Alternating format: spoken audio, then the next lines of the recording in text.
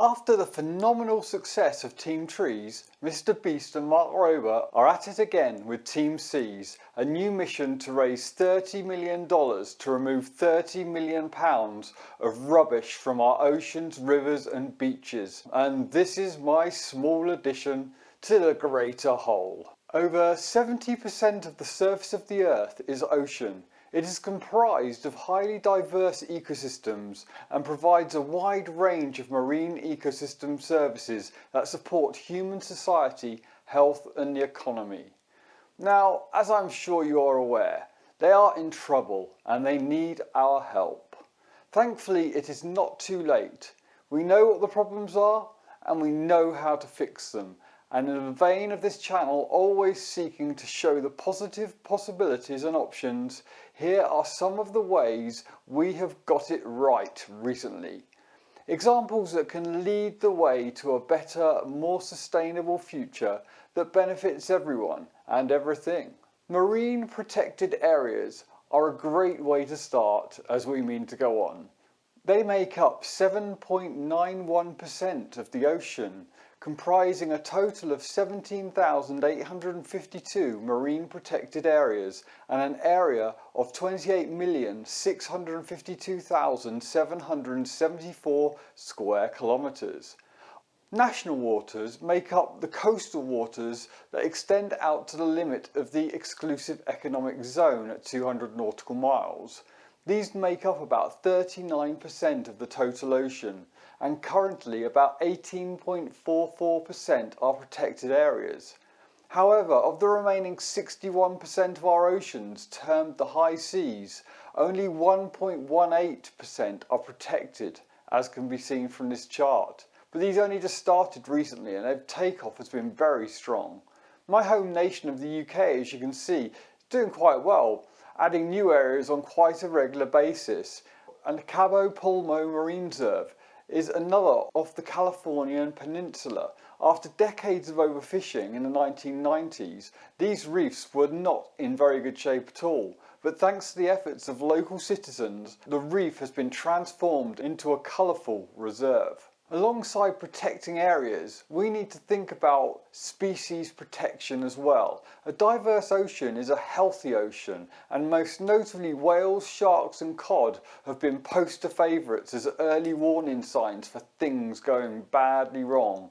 The good news is they are all responding well to conservation efforts. Let's have a look. In the 19th and 20th centuries, the humpback whale was hunted to near extinction. But a new study points to evidence of a rapidly growing population.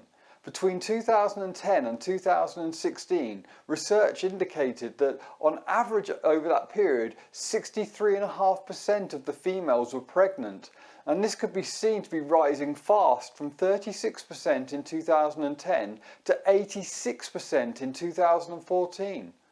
They were also found to be reducing every year, with 54.5% of the females accompanied by a calf also being pregnant. Such high pregnancy rates are consistent with a population recovering from past exploitation. Shark numbers declined rapidly in the 1970s and 1980s as a result of overfishing and bycatch, where fish or marine mammals are caught just unintentionally. Great white sharks were among the first species to benefit from conservation protections around the world. By 2009, the population was back to just 30% below historic levels, indicating an upward trend. And numbers of lesser known shark species, such as the sandbar, blacktip, tiger and spinner, are also increasing thanks to conservation efforts. As we approach the end of the last millennia, North Sea cod stocks were close to complete collapse. A combination of sustained overfishing along with warming waters reduced the reproductive success of North Sea cod. But amazingly, by 2015, it was off the Marine Conservation Society's Fish to Avoid list. The cod's recovery was due to an EU plan that included tight quotas on how much fishermen could catch and the number of days they could spend at sea, as well as large-scale decommissioning of fishing vessels. However, they are not at historic levels yet. Sea turtles may have survived the planetary changes that killed the dinosaurs, but now they are threatened by our fishing. It is estimated that some 4,600 sea turtles are killed by fishing nets and hooks every year in US waters alone, and these are just unintended accidents. But off the coast of Mexico, one community is trying something different, hanging lights on their nets so turtles can avoid them. They have found a 50% reduction in turtle catch at night, while the fish catch has actually gone up. One new way of thinking has been to put escape hatches on nets and pots.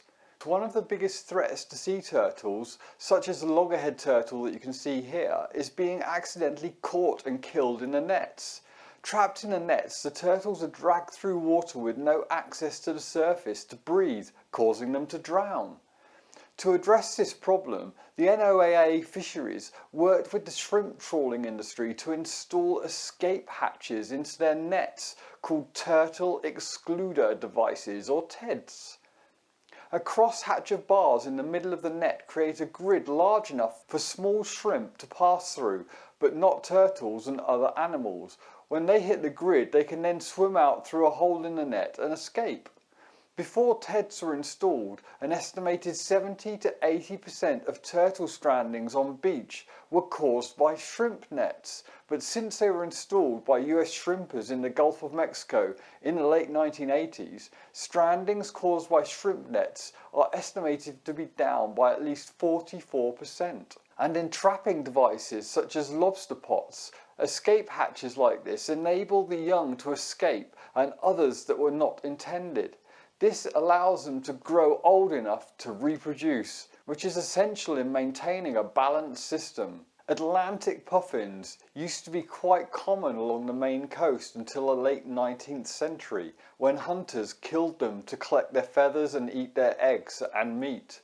With the puffins gone from Maine, their habitat was taken over by large bossy gulls, scaring away any puffins that dared to venture too near.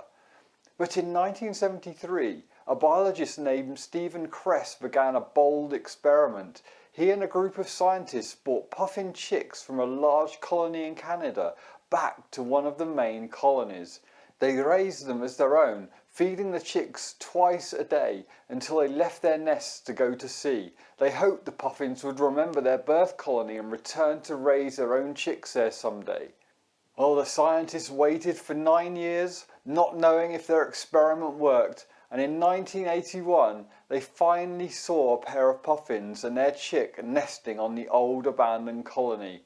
And they kept coming back, and today over 100 chicks pair there, and they have spread to other colonies in the area for around 600 puffin nests along the Maine coast. To maintain a healthy coral reef, you need one essential but often forgotten ingredient: herbivores. Fish and other animals that eat plants and algae keep that greenery from growing over the corals, blocking sunlight and killing them. But herbivorous fish are tasty and often fished by people, sometimes until there's none left.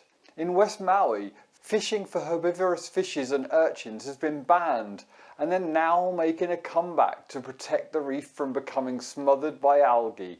And we know that reefs need all the help we can give them right now. They are havens for diverse life, but very fragile ecosystems. Before you go, make sure you watch lots of other Team Seas videos to support the cause, and let's get our oceans back to how they should be. Thank you for dropping by.